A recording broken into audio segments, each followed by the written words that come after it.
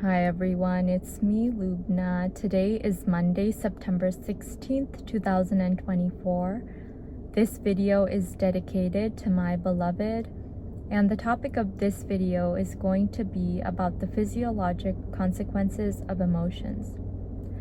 So back in August, I read this book, Power versus Force, The Hidden Determinants of Human Behavior, by the psychiatrist and spiritual teacher David Hawkins, MD, PhD. And as I was reading this book, I marked a lot of things that I wanted to talk about in my videos. And one of these things was the first page of chapter 18, which is titled Wellness and the Disease Process. So I'll show you that. And that is the first page of the chapter. And I wanted to go ahead and read aloud the first two paragraphs of this chapter. So here it goes. It has been a common observation throughout the ages that certain diseases are associated with certain emotions and attitudes. The medieval concept of melancholy, for instance, connected depression with impairment of the liver. In contemporary times, many physical disorders have been clearly linked with the emotions of stress. That emotions do have physiologic consequences is well documented. In the early days of psychoanalysis, research to identify specific diseases with specific psychological conflicts gave rise to the whole field of psychosomatic medicine. We have all heard about the connection between heart disease and type A personalities versus type B personalities, and of how suppressed anger results in hypertension and strokes. The presumption has been that emotions affect hormonal change through neurotransmitter variations in different areas of the brain associated with controlling different organs by way of the sympathetic or autonomic nervous system. So those are the first two paragraphs of this chapter. And after that, Dr. Hawkins goes on to talk in further detail about specifically how the emotions and mental states of a person affect his or her physical well-being. And I think that this topic is something that we're all pretty familiar with, and it's pretty intuitive because we've experienced this for ourselves. Just think about it. Whenever you're stressed out or anxious or depressed, you feel it in your body, and your body reacts to how you're feeling. And take, for example, you're getting ready in the morning to go to work or go to school, and you're running a little late. You're going to be rushing around, and your heart is going to start beating faster, and you'll feel stressed out. For example, when you're in the car driving to school or driving to work and you're running late and there's traffic, it's going to cause you to get angry. Maybe you'll get angry at the other people, the other cars around you. And think about how that will affect your body. Your blood pressure goes up as a result of being stressed out. And then you might end up taking it out on people at work or at school. And it might affect the entire rest of your day up until the point you go to sleep.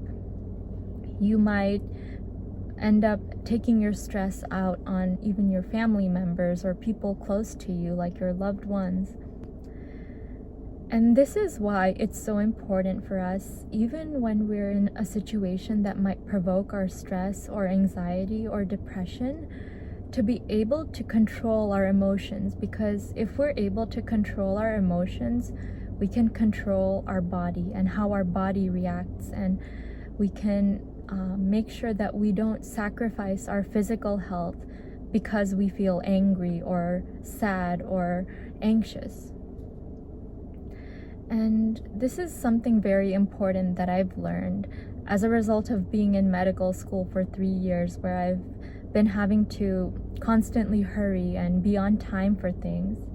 And I'm the type of person who takes a long time to get ready. I wake up very early, I work out in the morning, I eat breakfast, I take a shower, I get ready, I make sure that I look good, I put on makeup, and I never like to look sloppy whenever I go anywhere. I like to be well presentable.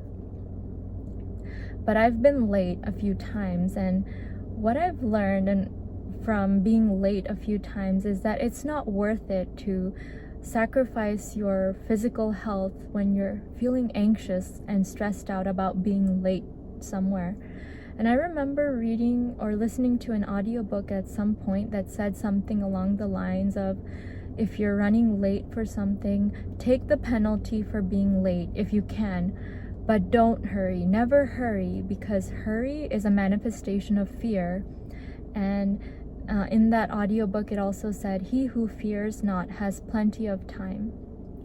And this applies not only like in a small way, like running late for work or school in the morning, but also in a larger scale in your life. Like, do you feel like you're late, like you're too late to achieve your dream, or you don't have enough time to achieve something in your life and you're rushing toward that? And I know that this is something that a lot of people in my age group feel, especially as I was telling you, I was in medical school, and a lot of people are rushing and rushing all the time to get to the goal of becoming a doctor. And it's almost like if you don't achieve it by a certain age, then you won't ever achieve it. But what I'm trying to say here is that we don't have to rush. We don't have to be afraid. And as I said, hurry is a manifestation of fear. And that's why when you hurry, when you're anxious about getting somewhere, or whether that's a physical place or a stage of life, when you're too anxious and fearful of the future, it's going to affect your body and it's going to affect your health. And ultimately, nothing is more important than your health and well-being, your own health and well-being, because if you don't have physical health, you won't be even able to enjoy the place you get to, or you won't even be able to do your work well when you get to your workplace. So with that, by sharing what I read to you from this book and by sharing my thoughts on it, I wanted to encourage you to be careful and watch your emotions.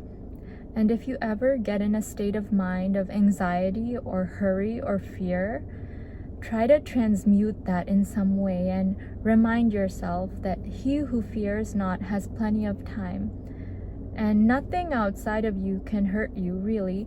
If somebody yells at you for being late, you have to distance yourself from that and remember to keep yourself peaceful within, keep your inner peace, and never let things affect your emotions so much that they affect your physical well-being.